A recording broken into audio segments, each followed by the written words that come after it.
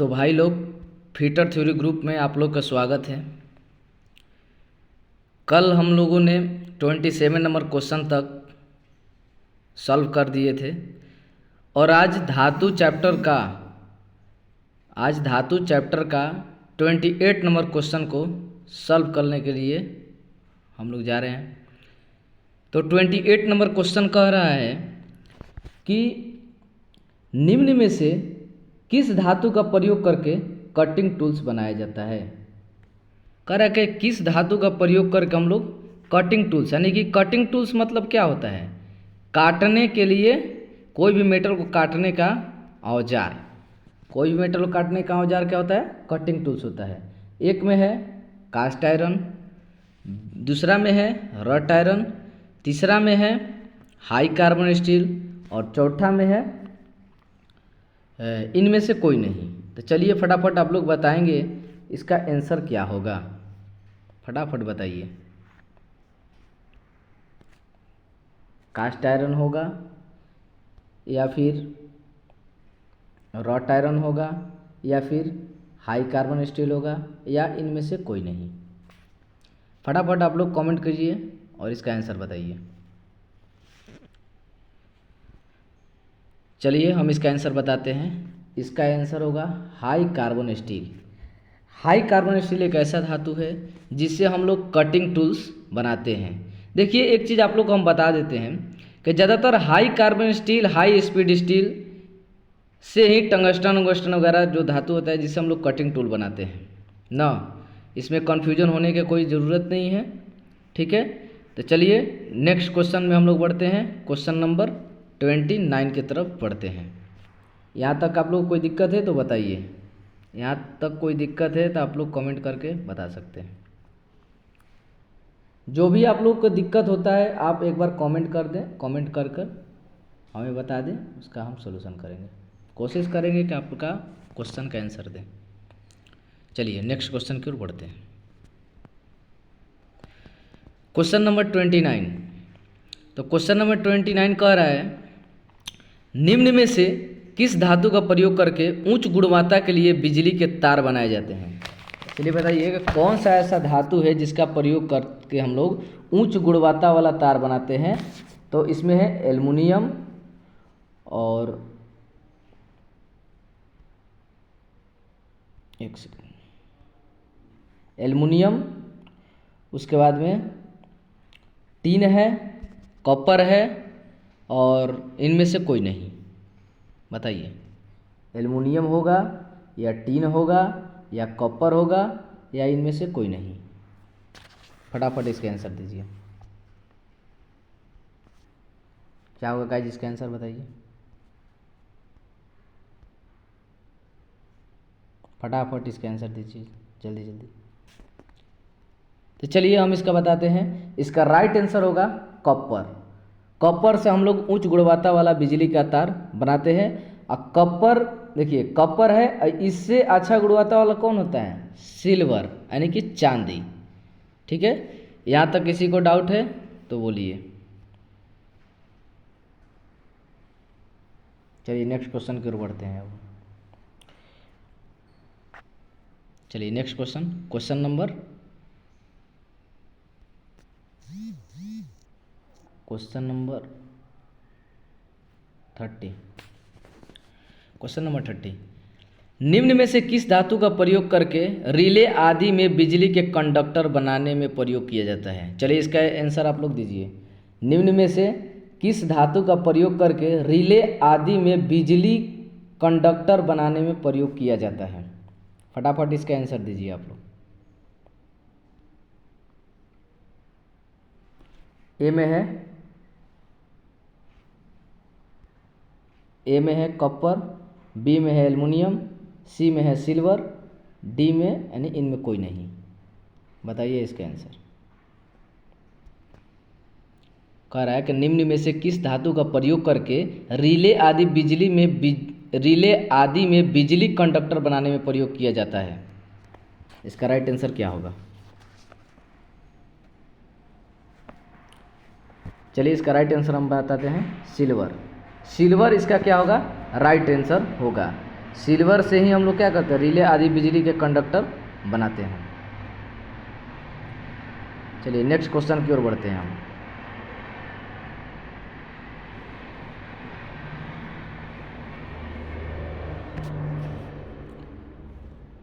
Guys यहाँ पर थोड़ा सा आवाज़ आएगा क्योंकि बगल में ही रेलवे ट्रैक है, जिसके वजह से थोड़ा सा इशू आ रहा है और नाइट में हमें समय नहीं मिला कि हम वीडियो बनाएं, थोड़ा सा इस चीज़ को समझना है।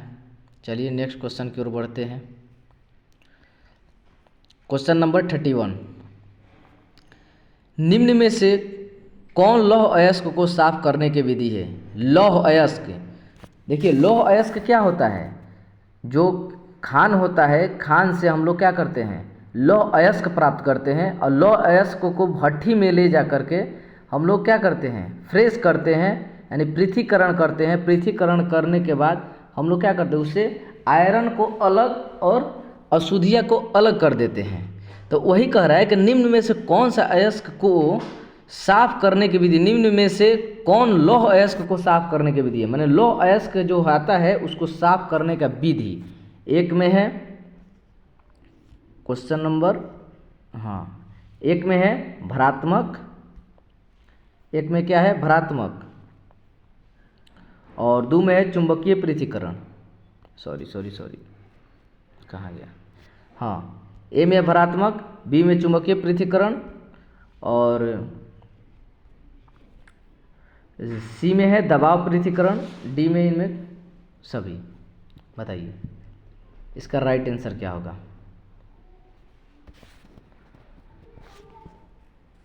चलिए मैं इसका राइट आंसर बताता हूँ। इसका आंसर सभी होगा। ये सभी प्रक्रिया जो है क्या है, लौह अयस्क को साफ करने वाली विधि है। चलिए नेक्स्ट क्वेश्चन की ओर बढ़ते हैं।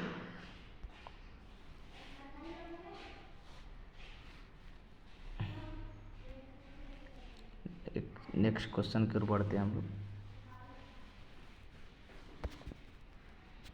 क्वेश्चन नंबर 32 कर है, निम्न में से स्टेनलेस स्टील का मुख्य एलाइंग तत्व क्या है? जो स्टेनलेस स्टील है उसका मुख्य एलाइंग तत्व यानी मिश्रण, स्टेनलेस स्टील में मिश्रण के बारे में पूछ रहा है कि स्टेनलेस स्टील में क्या क्या होता है। क्रोमियम तथा निकेल होता है, निकेल तथा वेनेडियम होता है, वेनेडियम तथा टंगस्टन होता है, और टंगस्टन तथा क्रोमियम होता है। फटाफट इसका आंसर आप लोग बताएंगे कि इस चारों में से कौन होता है, यानी कि एक मतलब इसका निचोड़ समझिए कि स्टेनलेस स्टील का जो मिश्रण होता है कौन कौन होता है। क्रोमियम तथा निकेल होता है, निकेल तथा वेनेडियम होता है, वेनेडियम तथा टंगस्टन होता है, टंगस्टन तथा क्रोमियम होता है। फटाफट इसका आंसर दीजिए। चलिए हम इसका राइट आंसर बता देते हैं। इसका राइट आंसर होगा क्रोमियम तथा निकेल। क्रोमियम तथा निकेल क्या होगा, इसका राइट आंसर होगा। चलिए नेक्स्ट क्वेश्चन की ओर बढ़ते हैं हम लोग। क्वेश्चन नंबर 33 को देखते हैं। देखिए सारा ये प्रश्न जो है एग्जाम के दृष्टि से इम्पोर्टेंट है। आप लोग एग्जाम दिए होंगे, देखे होंगे कि इस तरह का प्रश्न मेटल से बहुत सारे प्रश्न आता है। मेटल के गलनांक, मेटल का यूज, मेटल का मिश्रण, ठीक है। सारा देखिए इस सेट में हम सारा चीज़ क्लियर करेंगे। मेटल से ही कम से कम नहीं हो तो 100-150 क्वेश्चन का हम सॉल्यूशन कराने वाले हैं, जिसमें बहुत प्रकार के क्वेश्चन आप लोग को मिलेगा। इसलिए इस वीडियो को ज़्यादा से ज़्यादा लाइक करें और शेयर करें ताकि दूसरों को भी बेनिफिट हो जाए।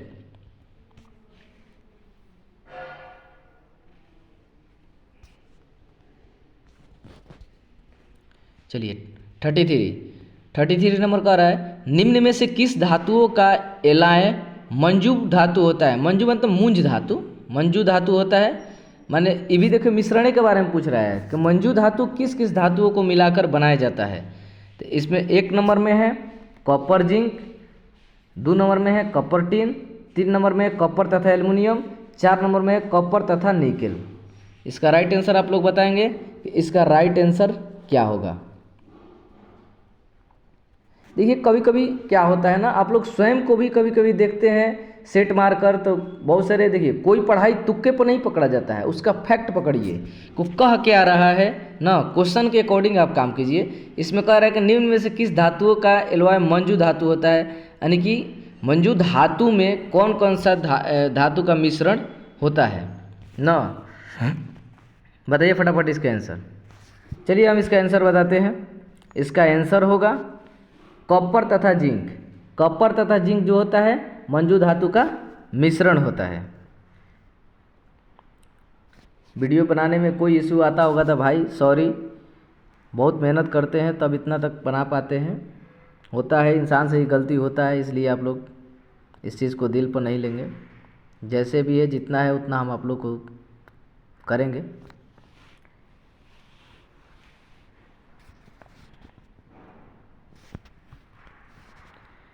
चलिए 34 नंबर क्वेश्चन, निम्न में से किस धातु के मिश्रण से मोनल धातु बनता है। देखिए मिश्रण से ही क्वेश्चन लगातार आ रहा है। अभी एक बार एक ऐसा मतलब पार्ट लाऊंगा जिसमें केवल मेटल का गलनांक ही गलनांक होगा, केवल उसमें गलनांक का ही क्वेश्चन होगा। इसलिए आप लोग वेट कीजिए, चैनल को सब्सक्राइब कीजिए और ज़्यादा से ज़्यादा वीडियो को शेयर कीजिए ताकि आपके दोस्तों के पास ये वीडियो पहुँच जाए। और जब गलनांक वाला लाएंगे तो उसमें आपको सारा धातु का गलनांक बताने की कोशिश करेंगे ज़्यादा से ज़्यादा। चलिए इसका आंसर आप लोग दीजिए। निम्न में से किस धातु के मिश्रण से मोनल धातु बनता है, बताइए फटाक से। मोनल धातु, निकेल तथा एल्युमिनियम, निकेल तथा जिंक, निकेल तथा कॉपर, निकेल तथा आयरन। इसका राइट आंसर बताइए। चलिए इसका राइट आंसर हम बताते हैं। इसका राइट आंसर होगा निकेल तथा कॉपर। निकेल तथा कॉपर राइट आंसर होगा। चलिए नेक्स्ट क्वेश्चन की ओर बढ़ते हैं। एक चीज़ हम आप लोगों को बता दे रहे हैं कि टेक्निकल बुक में कहीं कहीं अदला बदली होता रहता है, कुछ अलग अलग फैक्ट दिया रहता है, आप लोग को औसत से चलना है ना। जैसे एक चीज़ बता रहे हैं, मेटल गलनांक में बता दे रहे हैं एक उदाहरण देकर, जैसे 1083 डिग्री कॉपर का गलनांक, तांबा का गलनांक कितना होता है 1083 डिग्री, कहीं कहीं 1084 डिग्री भी मिलेगा देखने में। जैसे टंगस्टन हो गया, टंगस्टन का 3380 होता है, लेकिन कहीं कहीं 3400, 3410 कहीं कहीं बुक में देखेंगे। तो आप लोग क्या करेंगे ना कि एक औसत लेकर के आप उसको आंसर कर सकते हैं। मान लीजिए 3380 नहीं दिया है, 3400 दिया है, 3500 दिया है, 3200 दिया है, 3100 दिया है, आप 3500 नहीं मारेंगे, आप 3400 ही मारेंगे ना। इसलिए इस चीज़ को आप लोग ध्यान में देते रहेंगे लाइन बाय लाइन। चलिए नेक्स्ट क्वेश्चन की ओर बढ़ते हैं। क्वेश्चन नंबर 35 कह रहा है कि साधारण आयरन ओर में कितना प्रतिशत लौह कण पाए जाते हैं। देखिए साधारण आयरन ओर जो अयस्क आता है, जो पृथ्वी से हम लोग निकालते हैं खान करके, तो कह रहा है कि साधारण आयरन ओर में कितना प्रतिशत लौह कण पाया जाता है, कितना प्रतिशत साधारण आयरन ओर में कितना परसेंट होता है। चलिए तो इसका 40 से 65%, 30 से 35%, 0%, 100%। इसका राइट आंसर आप लोग बताएंगे। आप लोग कमेंट करते रहिएगा। चलिए हम इसका राइट आंसर बताते हैं। 40 ले 65%। 40 ले 65% क्या होता है, साधारण आयरन ओर में लौह कण पाया जाता है। चलिए नेक्स्ट क्वेश्चन की ओर बढ़ते हैं।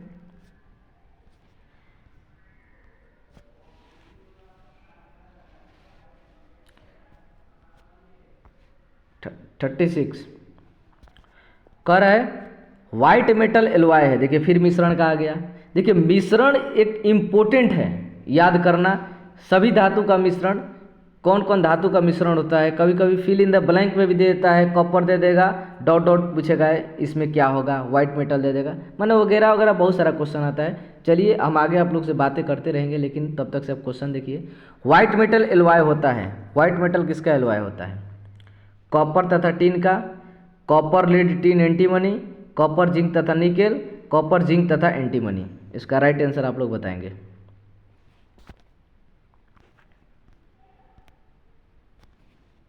व्हाइट मेटल, चलिए हम इसका बताते हैं। कॉपर लेड टिन तथा एंटीमनी इसका राइट आंसर होगा। कॉपर लेड टिन, ठीक है। आप लोग इस चीज़ को याद करेंगे। देखिए कोई चीज़ रट्टा नहीं मारा जाता है, किसी चीज़ को समझिए, समझकर उसको याद करेंगे तो जल्दी याद होगा। चलिए नेक्स्ट क्वेश्चन की ओर बढ़ते हैं। निम्न में से हाई स्पीड स्टील का मुख्य मिश्रण तत्व होता है। निम्न में से हाई स्पीड स्टील का मुख्य मिश्रण तत्व होता है, बताइए क्या होता है? हाई स्पीड स्टील का मुख्य मिश्रण तत्व क्या होता है? मुख्य मिश्रण तत्व हाई स्पीड स्टील का आप लोग को हम आगे बताएंगे कि हाई स्पीड स्टील में क्या क्या होता है, लेकिन मुख्य मिश्रण तत्व के बारे में आप लोग बताइए क्या होता है? क्रोमियम होता है, वेनेडियम होता है, निकल होता है, टंगस्टन होता है। आप लोग इतना सिंपल से सोचिए ना कि हाई स्पीड स्टील का मिश्रण क्या होता है, बस। तो उसमें मुख्य मतलब जो अधिकतम होगा।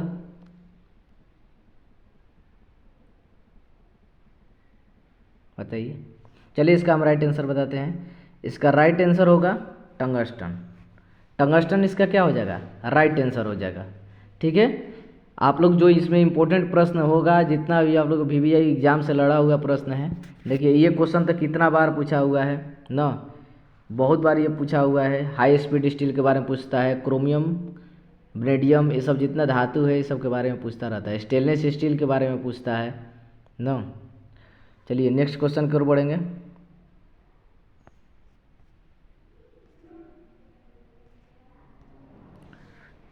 जो कैंडिडेट ITI का भी एग्ज़ाम ITI में पढ़ रहे हैं, ITI की परीक्षा देना चाह रहे हैं ना, वो लोग के लिए भी ये हेल्पफुल होगा।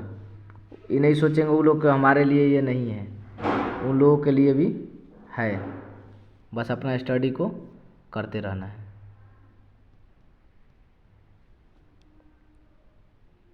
चलिए नेक्स्ट क्वेश्चन की ओर बढ़ेंगे। अब क्वेश्चन नंबर 38।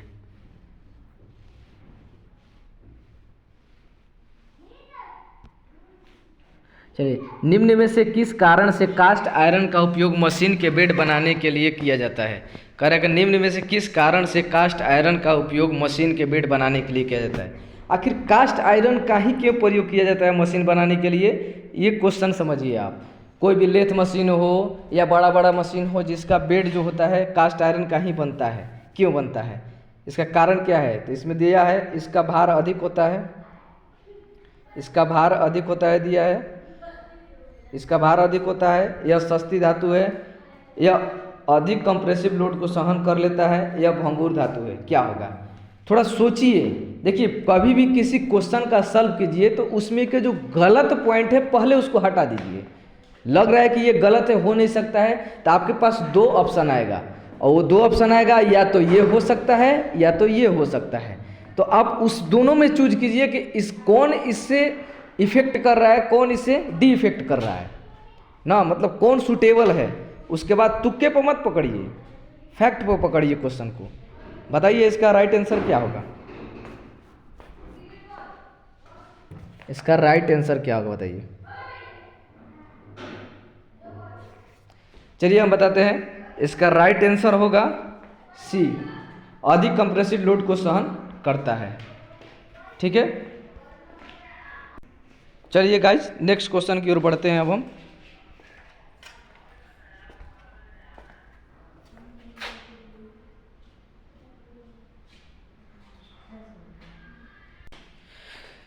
चलिए क्वेश्चन नंबर 39 की ओर 39 की ओर 39 की ओर बढ़ते हैं। 39 क्वेश्चन कह रहा है, निम्न में से टीन के संबंध में सही कथन है। टीन के संबंध में कौन सा कथन सही है, इसका हम लोग आंसर देंगे। ठीक है।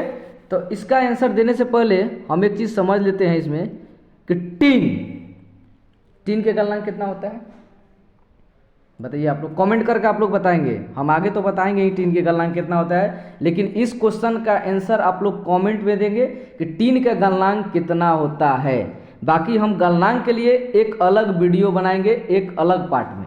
चलिए नेक्स्ट इसमें बताएंगे हम कि हाँ, निम्न में से टीन के संबंध में सही कथन कौन है। दिया है, टीन उच्च ताप सहन करने वाली धातु है, टीन कोरोजन रेजिस्टेंस धातु है, टीन सोल्डर की एलॉय धातु है, विद्युत का सर्वश्रेष्ठ सुचालक है। बताइए टीन का बारे में पूछा गया प्रश्न में, बताइए फटाफट आंसर दीजिए इसका, जल्दी बनी।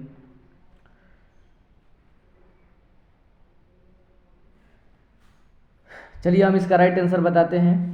टीन सोल्डर की टिन सोल्डर की एलवाय धातु है। टिन क्या है? सोल्डर की एलवाय धातु है। इसका राइट आंसर होगा सी, टिन सोल्डर की एलवाय धातु है। टिन देखिए, टिन सोल्डर में क्या होता है? टिन और लेड मिलाकर क्या बनता है?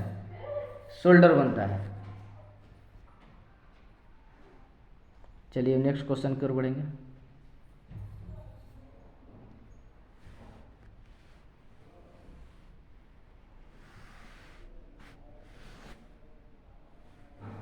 Question number 40। क्वेश्चन नंबर 40 में कह रहा है कि हाई स्पीड स्टील से बने टूल में कार्बन की मात्रा होती है। कह रहा है कि हाई स्पीड स्टील से जो टूल बनता है उसमें कार्बन की मात्रा कितना होता है, कितना प्रतिशत होता है? तो इसमें दिया हुआ है 0.6 से 0.75%, 1%, 1 से 2%, 0.1 से 0.2%, 0.75 से 1%। इसका राइट आंसर आप लोग देंगे। इसका राइट आंसर क्या होगा?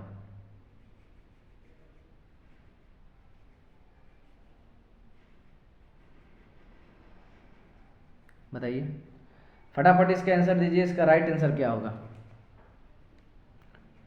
चलिए हम बताते हैं। इसका राइट आंसर होगा 0.75 से 1%। हाई स्पीड स्टील से बने टूल में कार्बन की मात्रा 0.75 से 1% तक होता है। चलिए नेक्स्ट क्वेश्चन की ओर बढ़ते हैं।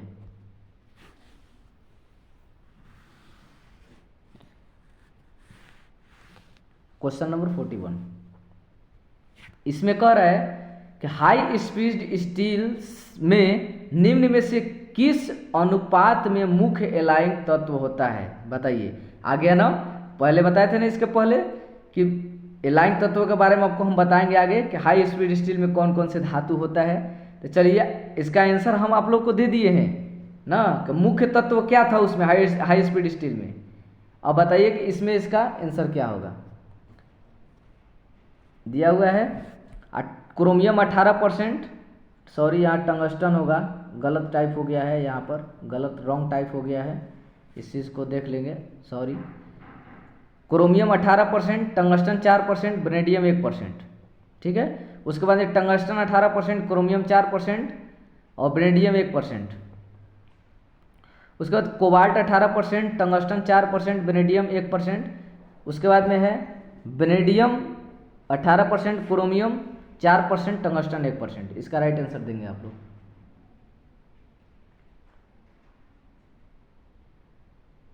चलिए हम बताते हैं। पहले तो बता दिए थे कि मुख्य एलाइंग तत्व क्या बताए थे? टंगस्टन।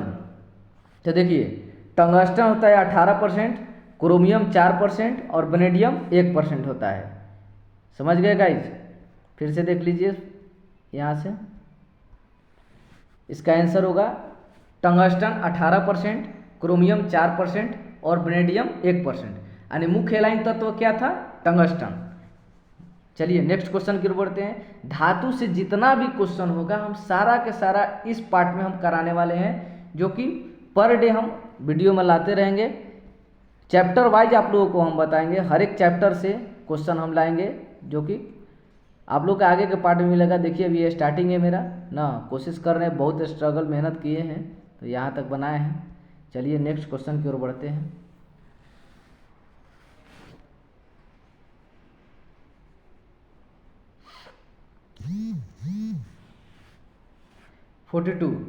निम्न में से किस धातु में सबसे कम कार्बन की मात्रा होती है? सबसे कम कार्बन की मात्रा किस धातु में होती है? चलिए आप लोग बताएंगे। सबसे कम बताइए फटाफट।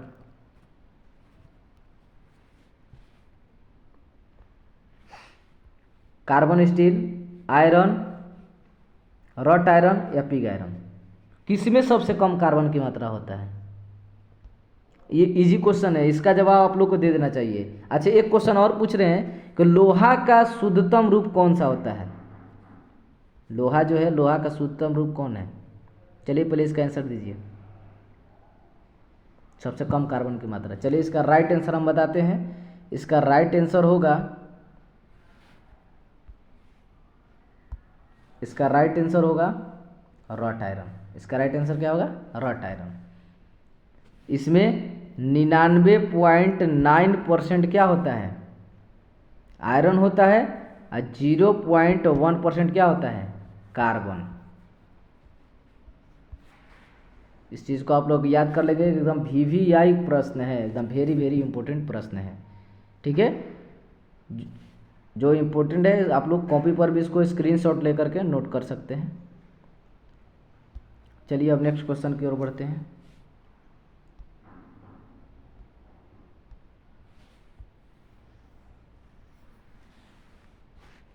स्क्रीनशॉट लेकर आप नोट कर सकते हैं।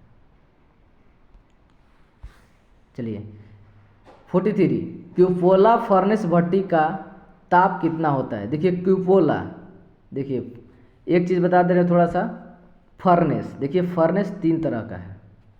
ठीक है, मुख्य रूप से 3 तरह का है। देखिए पहला नंबर में, देखिए पहला नंबर ब्लास्ट फर्नेस,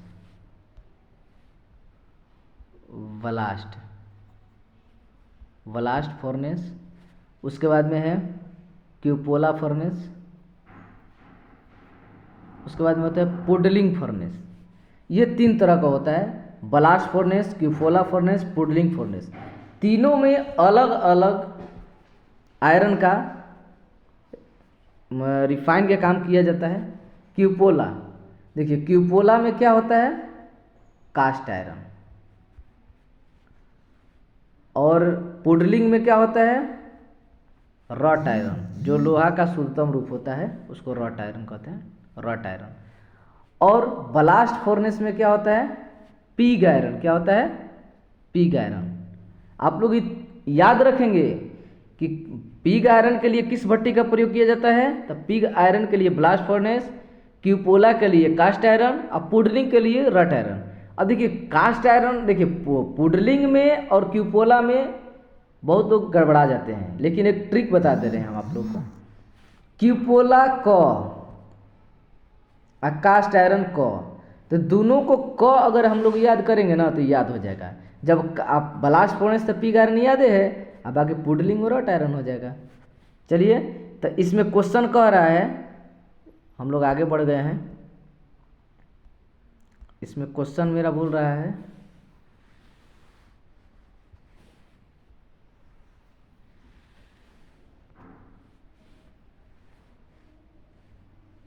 करेगा क्यूपोला भट्टी का तापक्रम कितना होता है, ये क्वेश्चन कह रहा है।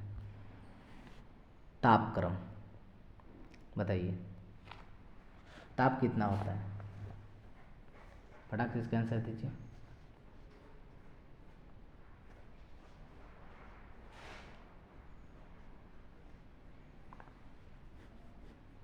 चलिए हम बताते हैं, इसका राइट आंसर होगा, गाइस मोबाइल से बार बार मैसेज आ रहा है, सॉरी। इसका राइट आंसर होगा, बताइए फटाफट, इसका राइट आंसर होगा सी, 1260 डिग्री सेल्सियस से 1340 डिग्री सेल्सियस के समथिंग होता है। कहीं कहीं बुक में इधर उधर दिया रहता है ना, तो उस चीज़ को आप लोग ध्यान देख लेंगे। बार बार बताते हैं कि आप लोग को एवरेज से काम लेना है, एवरेज, औसत ना। चलिए नेक्स्ट क्वेश्चन की ओर बढ़ते हैं, नेक्स्ट क्वेश्चन की ओर बढ़ते हैं। क्वेश्चन नंबर, इसको पहले हटा देते हैं। ओहो,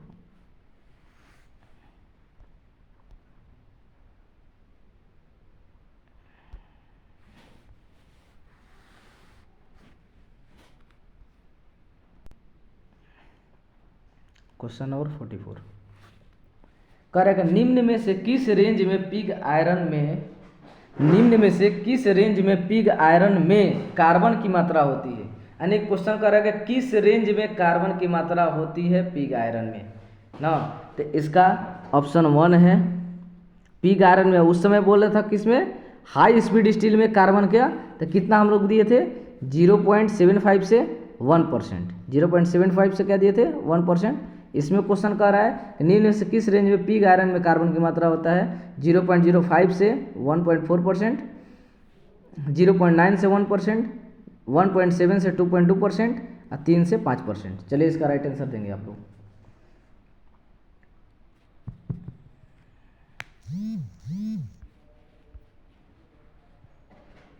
बताइए फटाक से। चलिए इसका राइट आंसर क्या होगा बताइए। इसका राइट आंसर होगा डी।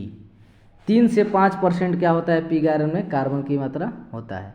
चलिए नेक्स्ट क्वेश्चन की ओर बढ़ते हैं। देखिए वीडियो थोड़ा लंबा बन हो रहा है, लेकिन क्या करें बीच बीच में कुछ कुछ समझा दे रहे हैं, नहीं तो वीडियो ज़्यादा देर का नहीं था। ये 23 क्वेश्चन का ही वीडियो है। चलिए नेक्स्ट क्वेश्चन की ओर बढ़ते हैं। क्वेश्चन नंबर 45, निम्न में से एल्युमिनियम, रॉन्ग टाइपिंग हो गया है थोड़ा सा, एल्यूमिनियम होता है, रॉन्ग टाइप हो गया यहाँ पर, आप लोग देख लेंगे। निम्न में से एल्युमिनियम का मुख्य रासायनिक गुण क्या है। एल्युमिनियम का रासायनिक गुण पूछ रहा है कि क्या है। ए में है सॉफ्ट, बी में है ब्रिटल, स्ट्रॉन्ग, टफ। तो ये आसान सा क्वेश्चन है, इसका राइट आंसर होगा सॉफ्ट। एल्युमिनियम का रासायनिक गुण क्या होता है, सॉफ्ट। एल्युमिनियम क्या होता है, मुलायम होता है। चलिए नेक्स्ट क्वेश्चन की ओर बढ़ते हैं।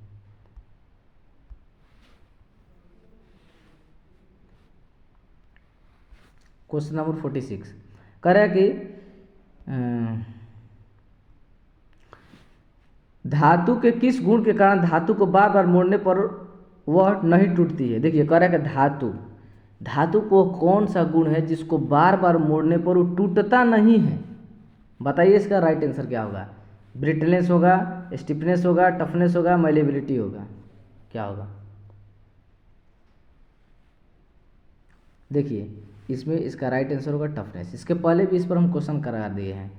टफनेस एक ऐसा गुण है जिसे धातु को मोड़ेंगे तोड़ेंगे तो मोड़ेगा उड़ेगा नहीं। जैसे नींव शीशम का पेड़, जो शीशम होता है ना उसका पेड़, उसका नींव जो पत्ता निकलता है, डाढ़ निकलता है, जिसको दातुन हम लोग करते हैं, अगर उसको तोड़ते हैं तो उसको टूटता नहीं है, ऐठा जाएगा लेकिन टूटता नहीं है। लेकिन वही जब पक जाता है तो टूट जाता है। तो उसमें शीशम एक उदाहरण आप लोग को दे दिए ना। लेकिन इसका राइट आंसर होगा टफनेस।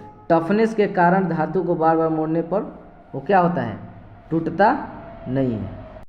चलिए नेक्स्ट क्वेश्चन की ओर बढ़ते हैं।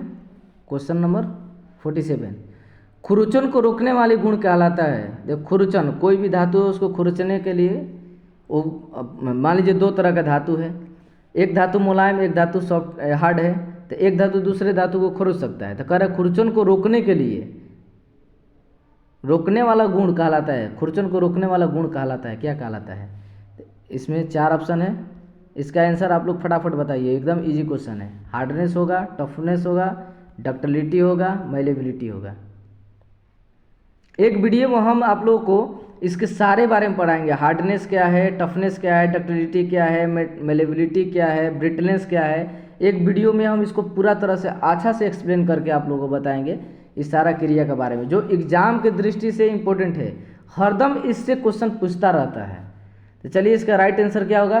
तो इसका राइट आंसर हम आप लोगों को बता देते हैं। इसका राइट आंसर होगा हार्डनेस। हार्डनेस एक ऐसा गुण है जो खुरचन को क्या करता है, रोकता है ना। चलिए नेक्स्ट क्वेश्चन की ओर बढ़ते हैं।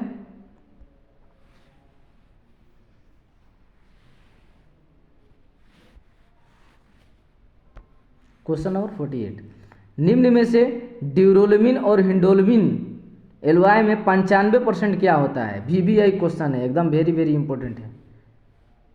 VVI प्रश्न है, कितना बार ये क्वेश्चन पूछ चुका है एग्जाम में। इसरो, रेलवे, ये सब देखिए रेलवे वगैरह में सब रेलवे ड्राइवर टेक्नीशियन सारा जगह ये काम करेगा, इसलिए इसको आप लोग अच्छा से प्रिपरेशन कर लेंगे। ये वेरी वेरी इंपॉर्टेंट प्रश्न है। निम्न में से ड्यूरोलेमिन और हिंडोलियम एलवाइज में 95% क्या होता है। चलिए इसका राइट आंसर होगा एल्युमिनियम। एल्युमिनियम क्या होता है, 95% होता है। आप लोग इसको नोट कर लेंगे।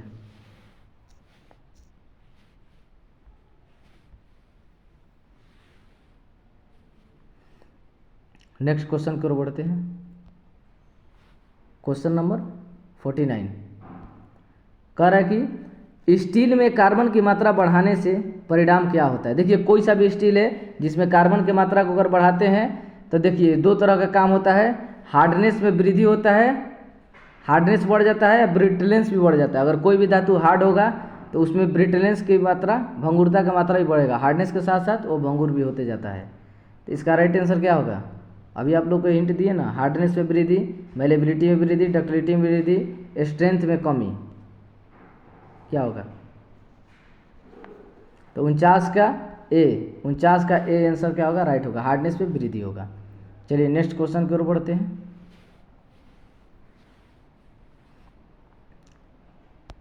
क्वेश्चन नंबर 50 लास्ट क्वेश्चन है आज का, बाकी के क्वेश्चन हम अगले वीडियो में कराएंगे। तो इसका बताइए, निम्न में किसका प्रयोग किया जाता है पिग आयरन के उत्पादन में? आ गया ना क्वेश्चन, पहले बताए ना, पिग आयरन के बारे में बताए और रट आयरन के बारे में बताए और कास्ट आयरन के बारे में बताए हैं। आप बताइए कि इसका आंसर क्या होगा, कमेंट कीजिए। इसको तो हम बता दिए हैं, राइट आंसर बताइए फटाफट इसको बताइए। क्यूपोला फर्नेस होगा, सॉरी बताइए क्या होगा? Cupola furnace, blast furnace, pig iron के लिए, open hearth furnace, electric arc furnace. अभी बताया कि इसका राइट आंसर क्या होगा? पिग आयरन के लिए क्या होता है? Blast furnace. ठीक है, क्यूपोला किसके लिए होता है? कास्ट आयरन के लिए होता है। अब पुडलिंग क्या होता है?